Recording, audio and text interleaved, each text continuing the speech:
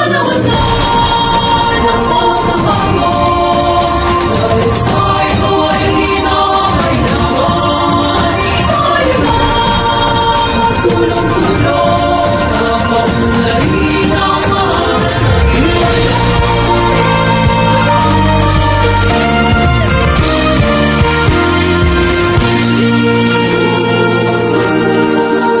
Panahon na ng pagbabago, dahil sa ito ay kinakailangan.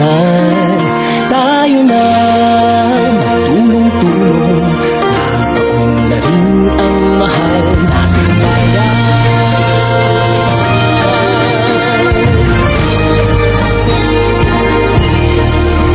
Panahon na magbabago at ayos ang mga dapat ayusin.